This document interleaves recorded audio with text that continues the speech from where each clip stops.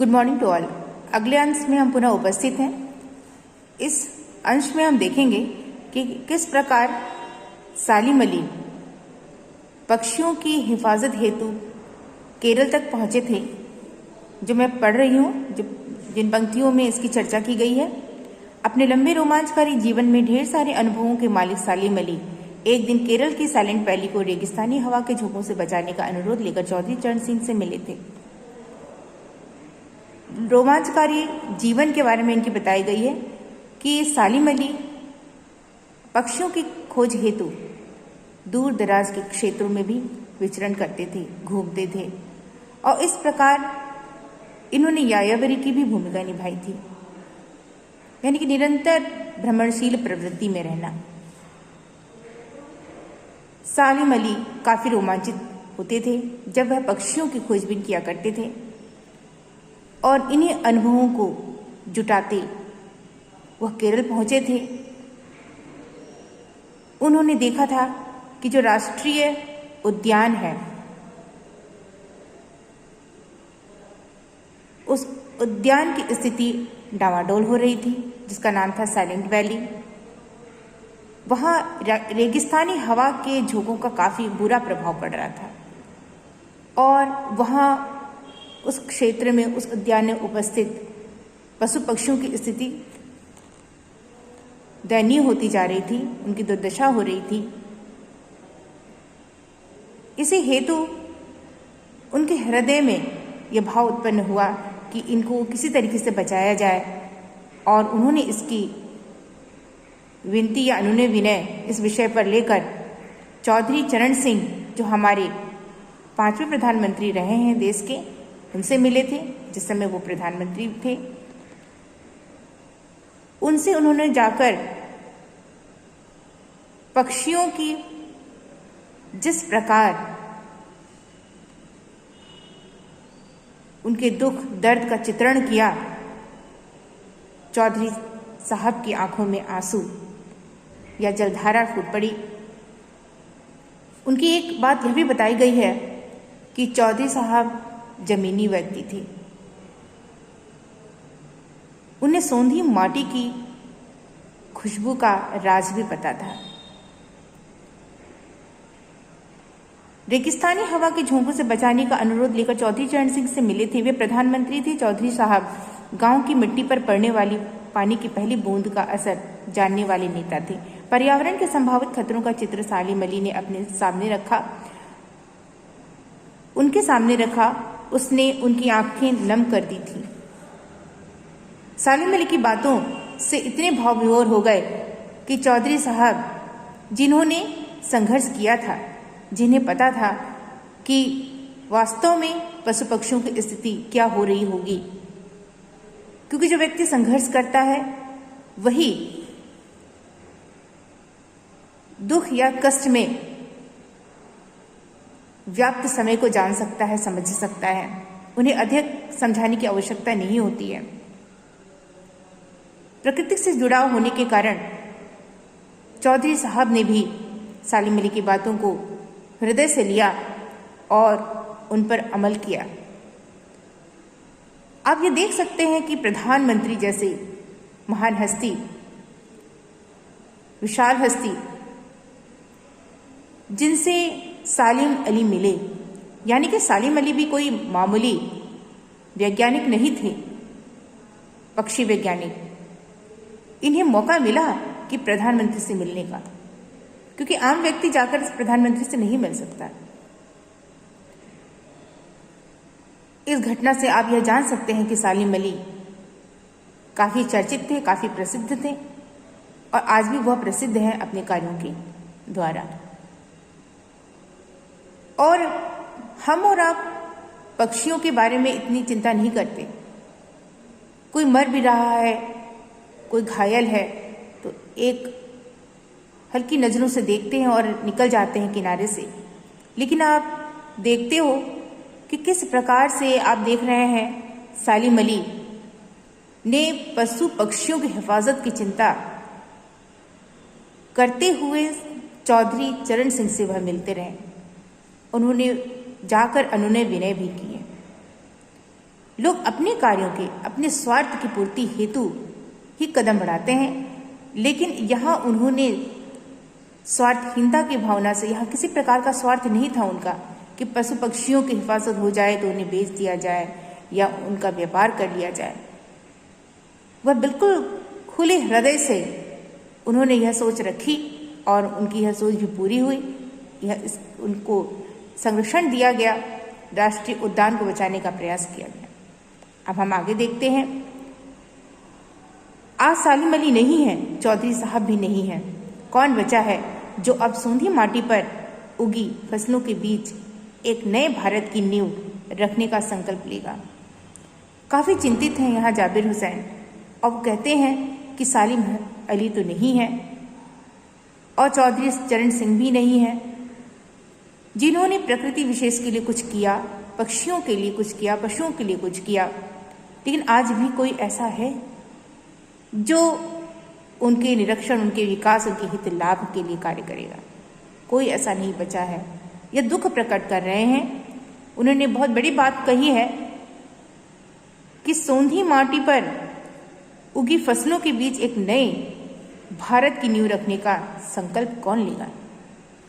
यानी कि हमें प्रकृति से जुड़ाव रखना काफी आवश्यक है, और जब प्रकृति के साथ हम रहेंगे तो वृक्ष, वनस्पति, पशु पक्षी सभी हमारे चारों तरफ उपस्थित होंगे और हम स्वतः ही उनकी सुरक्षा कर पाएंगे।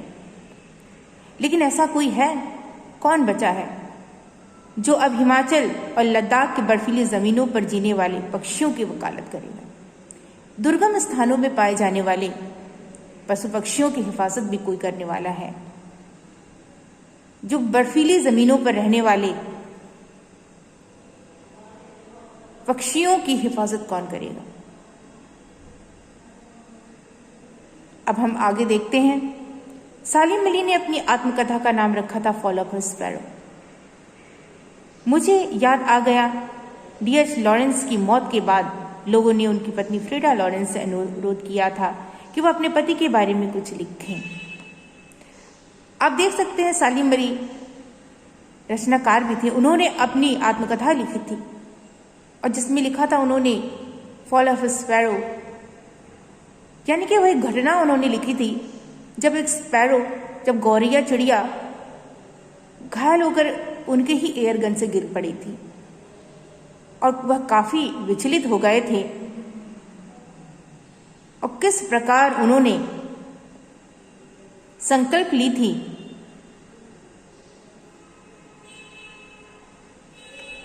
कि मुझे पक्षियों की हिफाजत करनी है।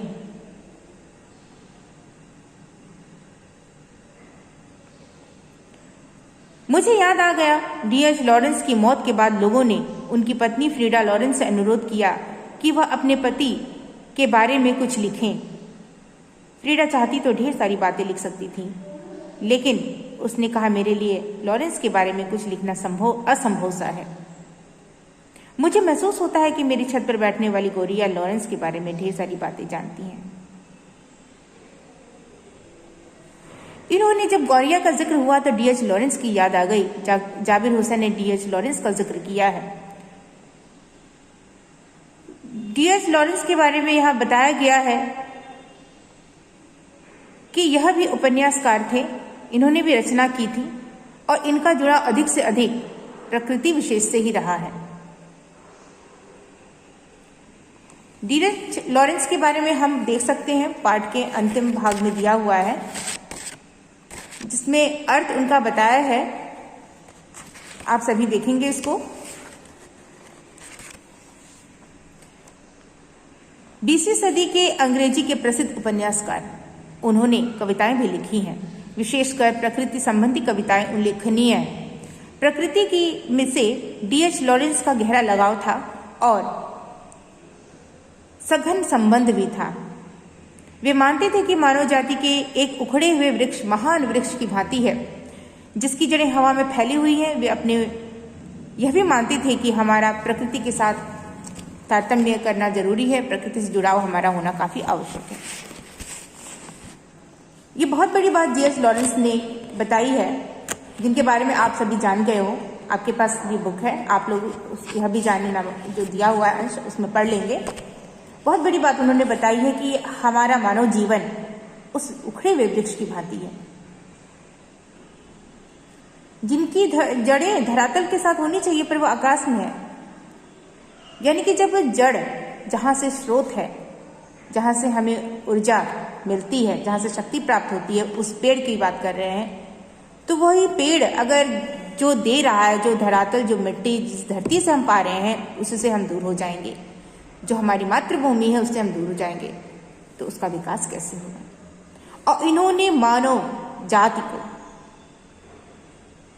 उससे उखड़े हुए वृक्ष की भांति बताया है, और ये भी बताया कि आज मानव प्रकृति से जुड़ाव नहीं रख रहा। प्रकृति के साथ जुड़ाव होना काफी आवश्यक है, क्योंकि धरती हमारी मातृभूमि है। इस धरती ने हमें बहुत कुछ दिया है, यह गिनाने की आवश्यकता नहीं है, क्योंकि आप भी जानते हैं कि धरती का योगदान कहाँ तक है। और इस धरती पर रहकर यदि हम धरती के लिए बुरा सोचेंगे, उसका विनाश करेंगे, तो उसके विनाश के पश्चात तो हमारी ही भी दुर्दशा हो जाएगी। इस बात की और इस पर दृष्टि डालने का प्रयास जावेद हुसैन ने किया है, जो उन्होंने D.H. लॉरेंस जैसे व्यक्तित्व का उल्लेख करते हुए यह बताया है। D.H. लॉरेंस उपन्यासकार होने के साथ साथ प्रकृति के साथ भी उनका विशेष जुड़ाव था। ये बहुत बड़ी बात है कि जब उनकी पत्नी, जब साक्षात्कार हो रहा था, तो उनकी पत्नी से प्रश्न पूछा गया था कि D.H. लॉरेंस के बारे में बताइए उनकी मृत्यु के पश्चात, तो उन्होंने ये कह दिया कि मेरे लिए तो असंभव है, मैं तो नहीं जानती, मेरे छत पर बैठने वाली वो गौरैया चिड़िया ही उनके बारे में अत्यधिक बातें जानती है और वो मेरे से अच्छा बता सकती है। मुझे महसूस होता है कि मेरी छत पर बैठने वाली गौरैया लॉरेंस के बारे में ढेर सारी बातें जानती है, मुझसे भी ज्यादा जानती है, जो सचमुच इतना खुला खुला और सादा दिल आदमी था। मुमकिन है लॉरेंस मेरी रगों में, मेरी हड्डियों में समाया, यानी कि मेरे हृदय में बसे हैं लॉरेंस।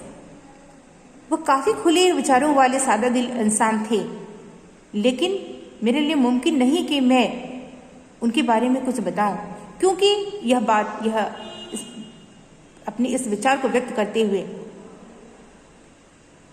उनकी पत्नी यह बताने का प्रयास कर रही है कि सदैव उनका जीवन पक्षियों के साथ गुजरा। पक्षियों के जीवन, उनके विकास हेतु वह चिंता करते रहे, उनके बारे में लिखते रहे, लिखकर वह लोगों को जागरूक करते रहे। उन्होंने एक बात कही कि उसके बारे में अपने अनुभवों को शब्दों का जामा पहनाना मेरे लिए काफी कठिन है। शब्दों का जामा, जामा का अर्थ यहाँ पे वस्त्र है। अब यहां वस्त्र वाक्यों के रूप में लिया गया है कि शब्द के माध्यम से, वाक्य या विचारों के माध्यम से यदि मैं उनके बारे में बताऊं तो मेरे लिए असंभव है, बहुत सरल नहीं है। कहते हैं कि मेरे पास शब्द ही नहीं है, मैं क्या कहूं। इस प्रकार का वर्णन यहाँ इस लाइन या पंक्ति से की गई है, या इसका आशय निकल रहा है कि उसके बारे में अपने अनुभवों को शब्दों का जामा पहनाना मेरे लिए काफी कष्टकर है। मैं नहीं बता सकती, क्योंकि मेरे से अत्यधिक ज्यादा समय तो पक्षियों ने उनको दिया है, उन्होंने पक्षियों के साथ निभाया है। मुझे यकीन है मेरी छत पर बैठी गौरैया उसके बारे में और हम दोनों के बारे में मुझसे ज्यादा जानती है। यह बात कहकर उन्होंने यह भी बताने का प्रयास किया है